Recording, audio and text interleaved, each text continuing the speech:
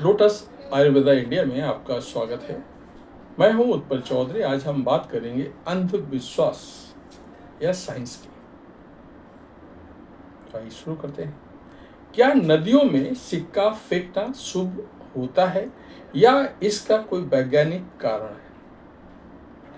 तो आइए शुरू करते हैं। भारत में सदियों से चली आ रही कई परंपराएं और रिवाजों में से एक है नदियों में सिक्का फेंकने की प्रथा। आप जब भी ट्रेन से जाएं तो जब कोई नदी आती जैसे गंगा, यमुना, तो बहुत सारे लोग सिक्का नदी के अंदर डालते हैं। इसके ऊपर मैं वीडियो आपको बना रहा हूँ। हकीकत क्या है, अंधविश्वास है या साइंस है? इसे शुभ और धार्मिक दृष्टिकोण से देखा जाता है और माना जाता है कि इसमें मनोकामनाएं पूरी होती हैं और सब अच्छा होगा। आपने भी पवित्र नदियों में अक्सर लोगों को सिक्के डालते देखा होगा। इस परंपरा का संबंध धार्मिक मान्यताओं से जुड़ा हुआ है, जहाँ लोगों का मानना है ऐसा करने से उनकी मनोकामनाएं पूरी होती हैं और पुण्य प्राप्त होता है। ऐसे में कई लोग होते हैं जो दूसरों को देखकर बिना कुछ सोचे समझे ऐसा करना शुरू कर देते हैं। तो वहीं कुछ लोगों के मन में ये सवाल उठता है, क्या नदियों में सिक्के फेंकना एक अंधविश्वास है या इसके पीछे कोई वास्तविक वैज्ञानिक कारण है? क्या इस तरह के विश्वासों के पीछे कोई वैज्ञानिक या आयुर्वेदिक आधार है? प्राचीन काल में ज्यादातर सिक्के तांबे से बनाए जाते थे। भारतीय परंपराओं के अनुसार तांबे के बर्तन में पानी पीना स्वास्थ्य के लिए लाभकारी माना जाता है। ऐसा इसलिए क्योंकि तांबा पानी के कीटाणुओं को खत्म करते हुए उसे शुद्ध बनाता है। इसी तरह जब लोग नदियों में तांबे के सिक्के फेंकते थे तो इसका मुख्य कारण नदी के पानी को शुद्ध करना होता था। ऐसा इसलिए क्योंकि लोग सीधे नदी का पानी पीते थे। सिक्के फेंकने से इस परंपरा पर धार्मिक महत्व भी है।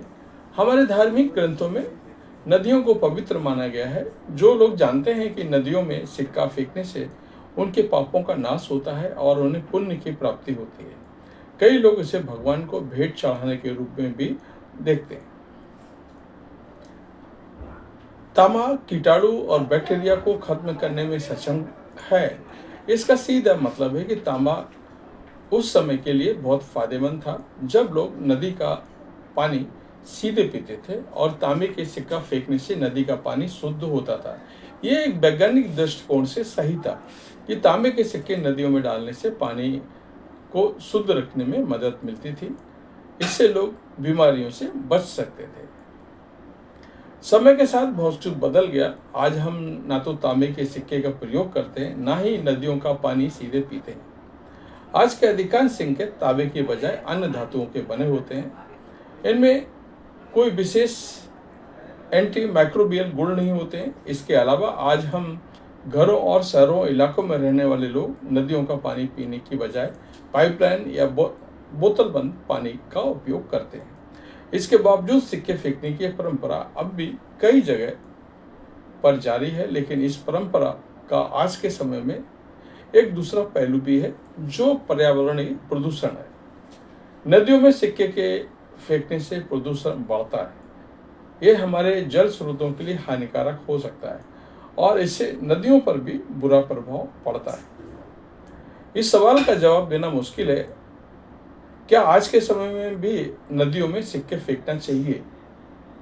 तो मैं कहना चाहूँगा कि इस सवाल का जवाब देना आज की तारीख में मुश्किल है। ऐसा इसलिए क्योंकि यह परंपरा धार्मिक और सांस्कृतिक दोनों स्तरों पर गहरी जुड़ी हुई है। लेकिन हमें यह भी सोचना चाहिए कि आज के समय में सिक्के फेंकने से क्या लाभ हो रहा है। जब विज्ञान ये साबित कर चुका है कि तांबे के सिक्के फेंकना उस समय फायदेमंद था जब लोग सीधे नदी का पानी पीते थे, तो आज इसका उद्देश्य खत्म हो गया। साथ ही सिक्कों के कारण होने वाले प्रदूषण भी एक गंभीर समस्या है जिसे नज़रअंदाज नहीं किया जा सकता है। अगर हम अपनी पुरानी परंपराओं का पालन करना चाहते हैं तो हमें उन्हें नए सिरे से सोचने की जरूरत है। उदाहरण के लिए तांबे के बर्तनों का उपयोग बढ़ाना, जल प्रदूषण को रोकने के लिए जागरूकता फैलाना और धार्मिक स्थलों पर सफाई को बढ़ावा देना। इससे न केवल हमारी परंपराओं का सम्मान होगा, बल्कि पर्यावरण की भी सुरक्षा हो सकेगी। नदियों में सिक्के फेंकने की परंपरा आज के समय में न केवल अंधविश्वास की ओर इशारा करती है, बल्कि ये पर्यावरण के लिए भी हानिकारक हो सकती है। विज्ञान के अनुसार तांबे का प्रयोग फायदेमंद हो सकता है, लेकिन सिक्कों के रूप में नदियों में फेंकना अब जरूरी नहीं है। समय आ गया है हम इस परंपरा को एक नई सोच के साथ देखें। तो ये था हमारा आज का वीडियो। आपको कैसा लगा कमेंट करके जरूर बताएं। धन्यवाद।